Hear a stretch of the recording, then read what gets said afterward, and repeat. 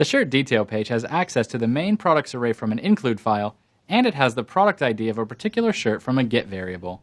Let's take a look at how to work with the information in these two variables. Open shirt.php in your text editor. We can access the ID from the web address using PHP special _get variable, just like we did when displaying the contact form. Let's load that ID into a regular PHP variable.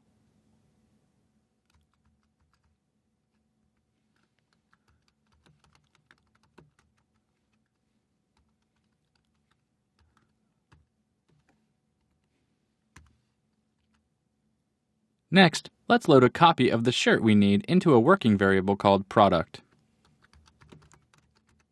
We can reference a particular element in the array by using square brackets with the key after the name of the array.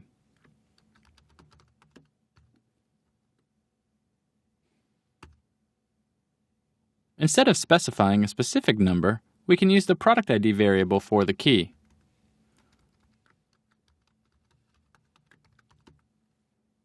Let's display the information from the product ID variable and the working product array to the screen, just to make sure you understand what's happening.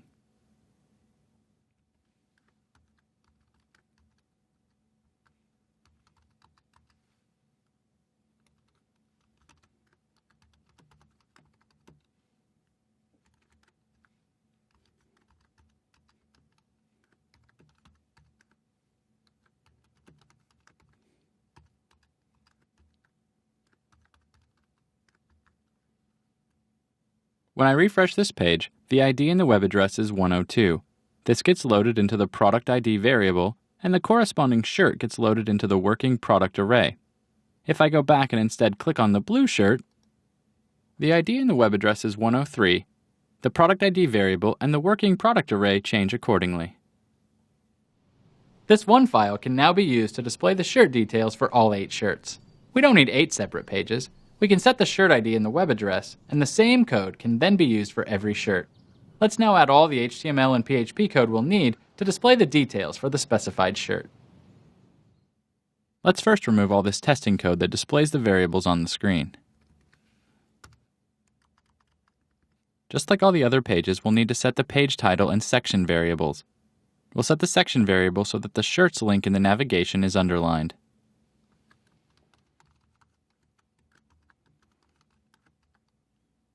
The page title should equal the name of the shirt, which we have in the name element of our working product array.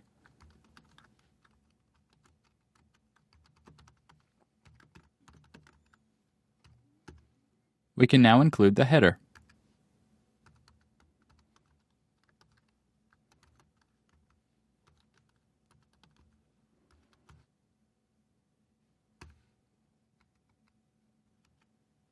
We'll need to put the HTML in place for the structure of the page, just like we've done on the other pages.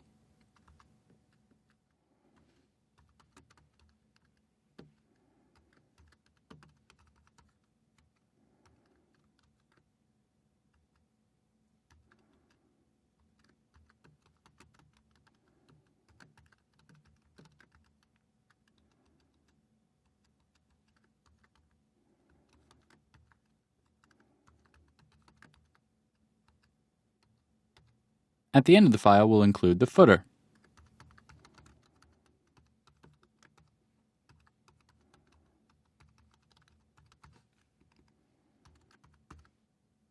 And now to the content of the page. This page has a breadcrumb at the top that helps orient visitors and gives them a link back to the shirt's listing page.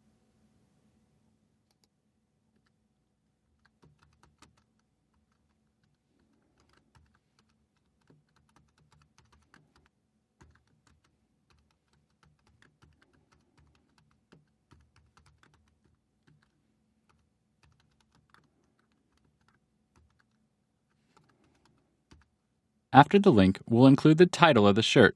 This should again come from the product array.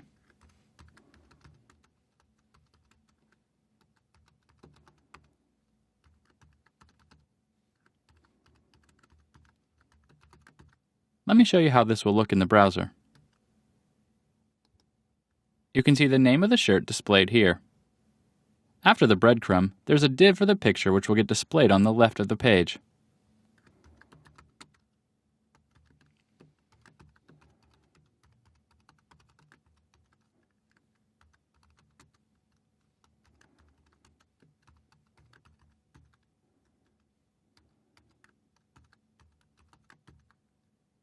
To achieve the design with CSS, I needed a wrapper span here around the image tag.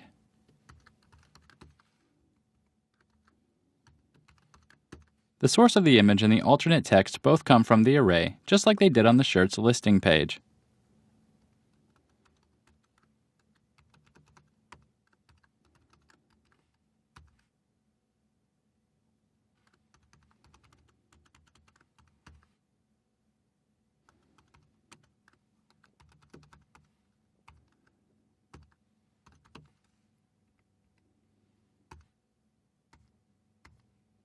Let's take a look in the browser again.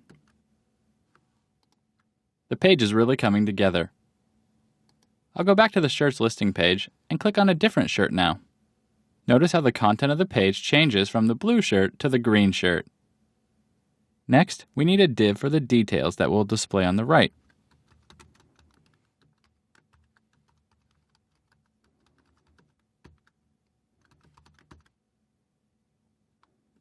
The H1 on the page consists of the price and the name of the shirt, both values from the array.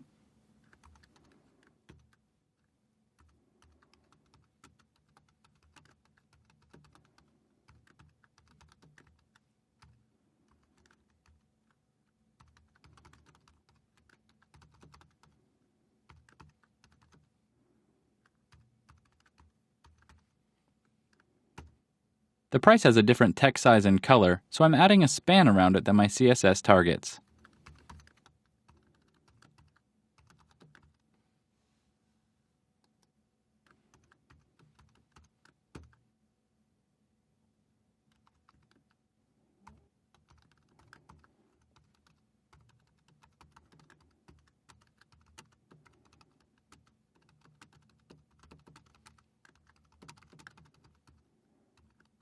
Because we are using an array, we can use the same code to generate the shirt detail pages for all the shirts. If we decide later that we don't want the price to be part of the H1, for example, we can easily modify this one template file. The shirt detail pages for every single shirt will be updated all at once.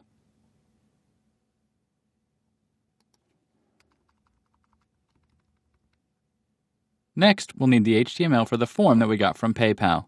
I still have that open in my text editor.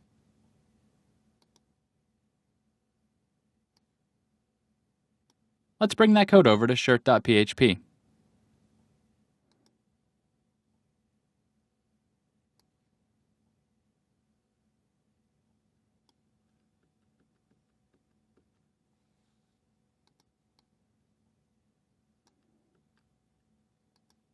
Most of the form will remain the same from shirt to shirt, but we need to get a few of the values from the array.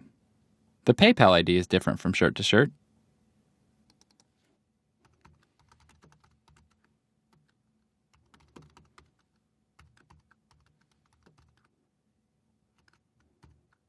Item name is also different.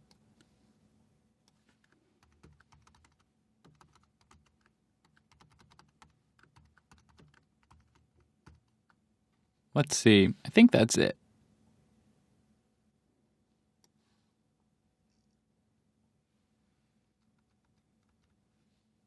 If you're thinking that the available sizes will vary from shirt to shirt, you're right. Patience though, we'll get to that shortly. Let's go back to the shirt's listing page in the browser. I can now click on a particular shirt and see the full shirt details page. From here I can select a size and add the shirt to my cart. The other items I added earlier are still here also. I'll go ahead and remove those.